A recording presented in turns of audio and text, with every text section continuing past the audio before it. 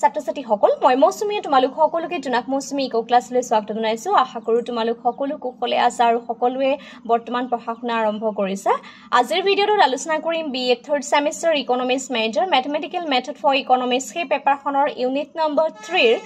তোমালোকৰ সিলেবাসৰ মেনশন থকা এটা টপিকটো হৈছে ইলাস্টিসিটি অফ ডিমান্ড এটা ইলাস্টিসিটি অফ ডিমান্ড কি হয় এই সম্পৰ্কে আমি অলৰেডি ফাৰ্স্ট সেমিষ্টাৰত পঢ়ি আহিছো ঠিক আছে আজিৰ ভিডিঅ'টোত আলোচনা কৰিম ইলাস্টিসিটি অফ ডিমান্ডৰ ওপৰতনো কেনে ধৰণে আমি ডিফাৰেন্সিয়েচন কৰিব পাৰো বা পৰীক্ষাত কোৱেশ্চন কেনে ধৰণে আহিব এই সম্পৰ্কে আজিৰ ভিডিঅ'টোত আলোচনা কৰা হৈছে যিখিনি ষ্টুডেন্টে বেসিক নলেজ খিনি মেথছৰ নাই তেওঁলোকৰ কাৰণেও হেল্প হ'ব কাৰণ মই একেবাৰে বেসিক খিনি পৰা কনসেপ্ট খিনি বুজাই যাম মই আশা কৰো এই ভিডিঅ'টোৱে তোমালোক সকলোকে সহায় কৰিব আৰু এক্সামত তোমালোকে এনে ধৰণৰ কোৱেশ্চন এটা দেখা পাবাই কাৰণ ইলাস্টিসিটি অফ ডিমান্ডৰ ওপৰত পৰীক্ষাত কোৱেশ্চন আহে আৰু প্ৰতিবাৰে আহি থাকে গতিকে এবাৰো ইম্পৰ্টেন্ট হয় আৰু আজিৰ ভিডিঅ'টোত যোনটো কোৱেশ্চন লৈছো কোৱেশ্চনটো হৈছে if the demand function is q equal to 5 minus 1 by root over p find the elasticity of demand when price is 9 and also determine the nature of the commodity ঠিক আছে ইয়াত তোমাৰ কি হৈছে এটা ফাংচন দি থোৱা হৈছে that means ডিমান্ডৰ ফাংচনটো দি থোৱা হৈছে যোনটো q equal to 5 minus 1 by root over p আৰু এটা দি থোৱা হৈছে তাৰ যেটো প্ৰাইসৰ ভ্যালু যেটো p equal to price আমি ক হে প্ৰাইসৰ ভ্যালুটো দি থোৱা হৈছে এতিয়া মই ইয়াত p টো এনে ধৰণে লগাই দিছো কিন্তু পৰীক্ষাত তোমালোকৰ p টো মেনশন কৰি নাথাকে ঠিক আছে ইয়াত জাস্ট প্ৰাইস বুলি দি থোৱা থাকিব আৰু কেতিয়াবা p বুলিও দি থোৱা থাকিব হেকাৰণে মই দুই ধৰণে লৈছো কেতিয়াবা p equal to 9 বুলি দি দিব বা কেতিয়াবা p বুলি দি থোৱা নাথাকে direct price equal price is 9 বা xyz এনে ধৰণে দি থোৱা থাকিব আৰু এনে ধৰণৰ কোৱেশ্চন বিলাকত সদায় আমাক নেচাৰ অফ দা কমোডিটি টো খুধে নেচাৰ অফ দা কমোডিটি টো কেতিয়া ওলাম যেতিয়া আমি ইলাস্টিসিটি অফ ডিমান্ডৰ ফাইনাল যোনটো ভ্যালু পাম সেই ভ্যালুটো লেস দেন 1 হয়নে গ্ৰেটাৰ দেন 1 হয়নে ইকুৱেল টু 1 হয় সেইখিনি যেতিয়া ডিটাৰমাইন কৰি লম আৰু সেইখিনি ডিটাৰমাইন কৰি লোৱাৰ পিছত এই কমোডিটিটোৰ নেচাৰটো কেনেকুৱা হ'ব হেতু আমি কৰি থৈ আহিব লাগিব আৰু যদি তোমালকে ফাইনাল আনসাৰটো লিখি থৈ আহা ঠিক আছে আৰু যদি পৰীক্ষাত নেচাৰ অফ দা কমোডিটিটো লিখিবলৈ দিয়ে তুমি যদি নিলিখা তেতিয়াও কিন্তু তোমাৰ কোৱেশ্চনটো সম্পূৰ্ণ নহয় অকল আনসাৰটো লিখিলেও নহব যদি পৰীক্ষাত মেনশন কৰি দিয়ে কমোডিটিটোৰ নেচাৰটো কেনেকুৱা তেতিয়া কিন্তু তোমালকে লিখিব লাগিব এসেনশিয়াল কমোডিটি হয়নে বা কেনেকুৱা টাইপৰ কমোডিটি হয় হেতু লিখিব লাগিব আৰু যিখিনি বেসিক ষ্টুডেন্ট বেসিক ভাবে মেথছৰ কোনো ধৰণৰ আইডিয়া নাই বা বহুত দিন তোমালকে ক্লাস 10 তে মেথছ কৰিছা তাৰ পৰা মেথছৰ লগত তোমালকৰ কোনো কানেকশন নাই সেইখিনি ষ্টুডেন্টৰ কাৰণে ভিডিওটো বহুত বেছি হেল্পফুল হ'ব কাৰণ মই ইয়াত পুৰা বেসিকৰ পৰা ষ্টাৰ্ট কৰিম এতিয়া আমাক এই কোৱেশ্চনটো কি দি থোৱা হৈছে given আমাক দি থোৱা হৈছে এটা ফাংচন দিয়া হৈছে q ফাংচনটো 5 minus 1 by root over p ঠিক আছে 5 minus 1 by root over p এটো দি থোৱা হৈছে and আৰু দি থোৱা হৈছে আমাক প্ৰাইস ইকুৱেল টু দি থোৱা হৈছে 9 এই দুইটা আমাক কি হৈছে কোৱেশ্চনটোত দি থোৱা হৈছে এতিয়া আমি ইলাস্টিসিটি অফ ডিমান্ডৰ যোনটো ফৰ্মুলা সেই ফৰ্মুলাটো লিখিব লাগিব we know that লিখি লব লাগিব নে ইলাস্টিসিটি অফ ডিমান্ড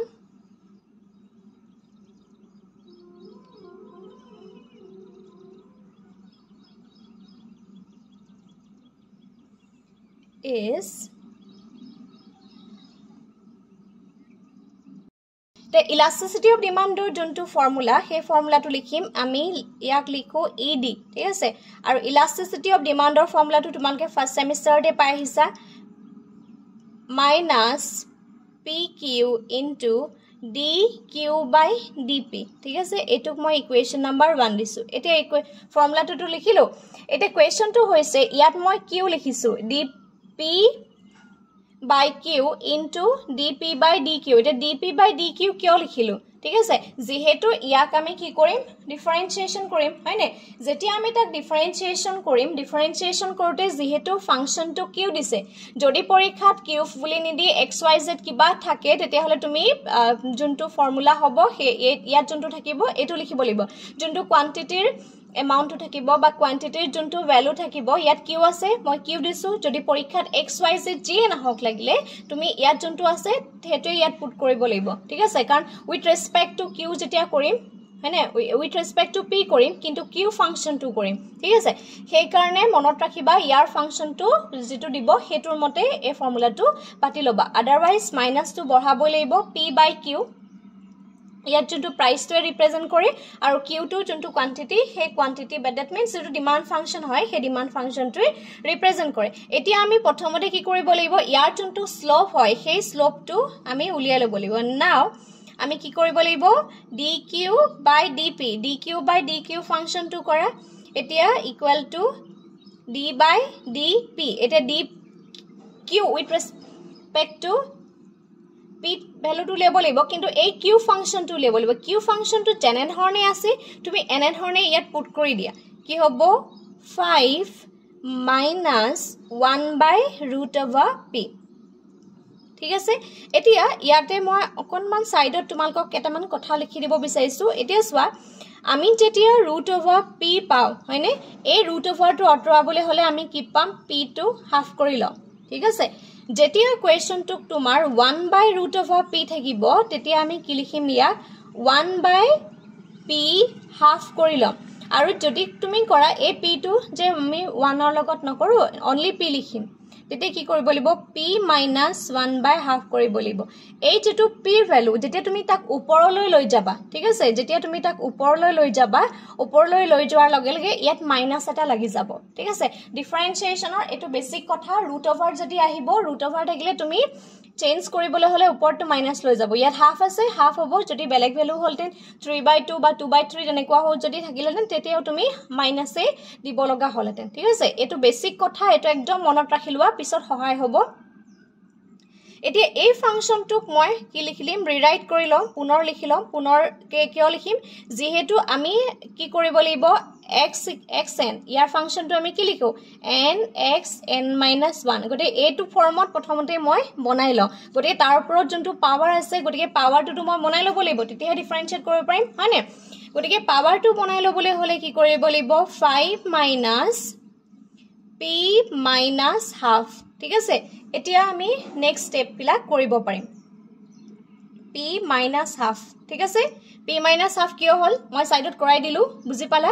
এতিয়া এই ফাংচনটোক এতিয়া আমি কি কৰিব পাৰিম যেহেতু minus half আছে minus half টো কি হয় ইয়াৰ পাৱাৰ হয় আৰু 5 টো এটা কনস্ট্যান্ট হয় আৰু কনস্ট্যান্টৰ কাৰণে ইয়াৰ ভ্যালুটো কি হৈ যাব 0 হৈ যাব যেহেতু আমি অলৰেডি কনস্ট্যান্ট ফাংচন বুজালো হয়নে এতিয়া ইয়াৰ মাইনাস আছে সবৰ আগত p আগত কি ভ্যালু আছে মাইনাস আছে গটিকে a2 জাস্ট যেহেতু আমাৰ কোৱেশ্চনটোত আছে তাৰ পৰা আহিব যে n ৰ ভ্যালুটো কিমান আছে n ৰ ভ্যালুটো আছে -half যেহেতু আমি কি পাম xn মানে p ৰ ওপৰত পাৱাৰ কিমান আছে -half যেহেতু আমি n টো আগলৈ আনিব লাগিব এই ফৰ্মটোৰ মতে ঠিক আছে গটিকে ইয়াত মই কি আহিব লাগিব প্ৰথমতে -half আহিব এটো n আহিছে n হল ঠিক আছে p again -half -1 that means n - 1 a 1 to কৰ পৰা আহিছে ফৰ্মুলাৰ পৰা আহিছে গটিকে ইয়াটো 1 to ফৰ্মুলাৰ পৰা আহিছে নেক্সট স্টেজত কি কৰিম মাইনাসে প্লাস হৈ যাব 1 by half মানে half হ'ব 1/2 half হ'ব that means p ইয়াত সোৱা 2 আছে ঠিক আছে ইয়াত কি আছে মাইনাস আছে -1 - 2 is equal to 1/2 p minus 3/2 বুজি পালা কিয় কৈছো আকৌ সাইডত কৰি দিছো সোৱা p আছে p minus half minus 1 that means p আহিলে 2 আহিলে -1 আহিব again 1 into 2 এটো LCM ললো গটিকে p it কি হ'ব -3/2 ঠিক আছে বুজি পালা কেনে ধৰণে -3 টো আহিলে এতিয়া এইখিনি আমি p ৰ ভ্যালুটো পাই গলো dq by dp ৰ ভ্যালুটো পাই গলো এই ভ্যালুটো মই ইকুৱেচন 1 ত পুট কৰি দিম নাও putting dq by dp in 1 in equation 1 বুলিও লিখিব পাৰা বা in 1 বুলিও লিখিব পাৰা we get আমি কি পাম এই ইকুৱেচনটো যেতিয়া মই পুট কৰি দিম ইয়াত কি আছে elasticity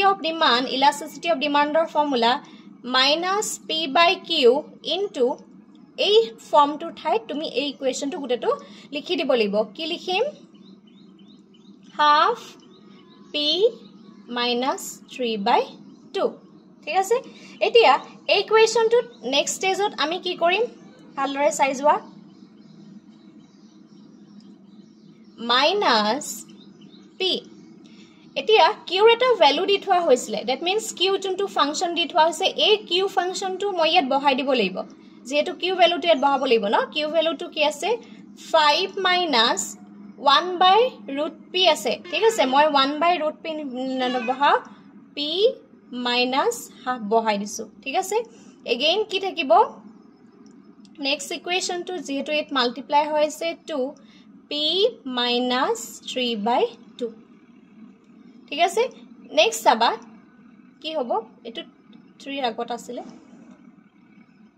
ইয়াত মাইনাস আহিবই এতিয়া এটো 2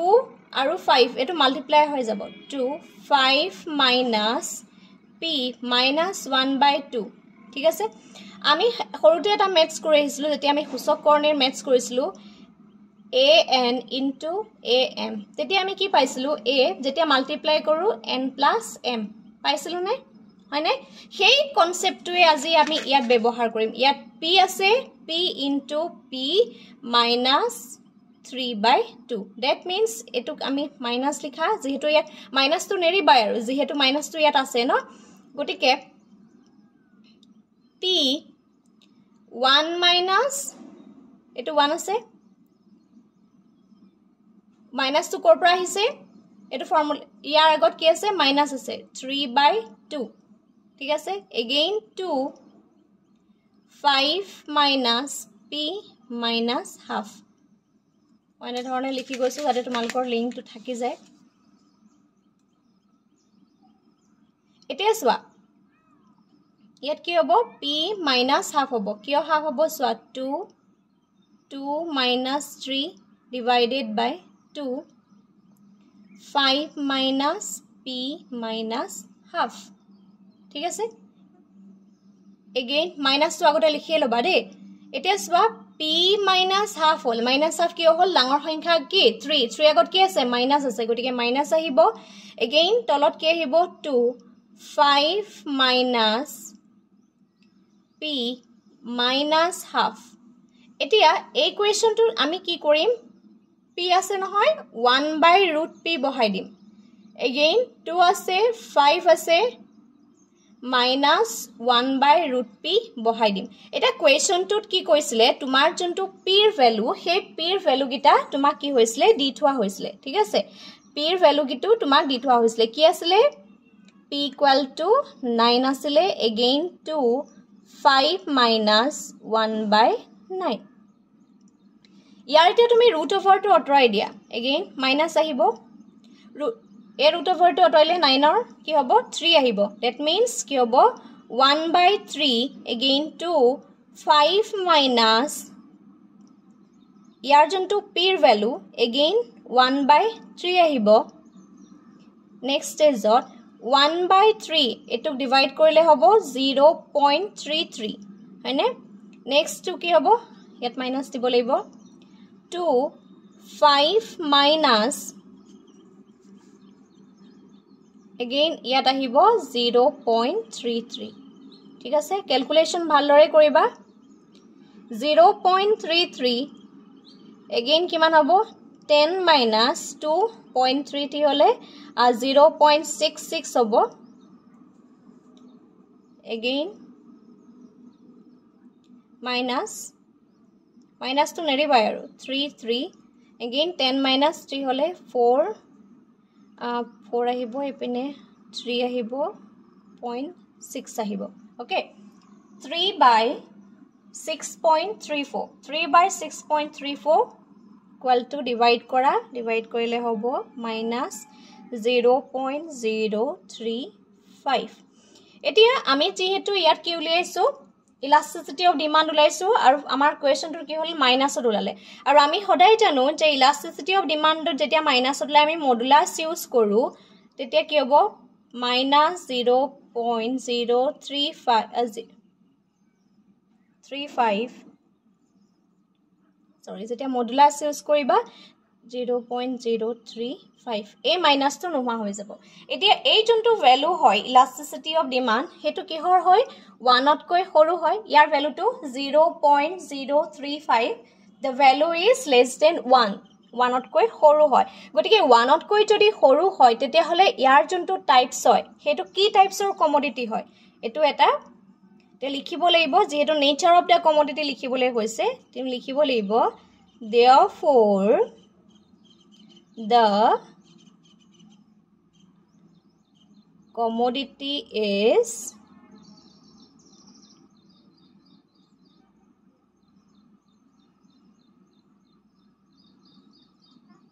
identified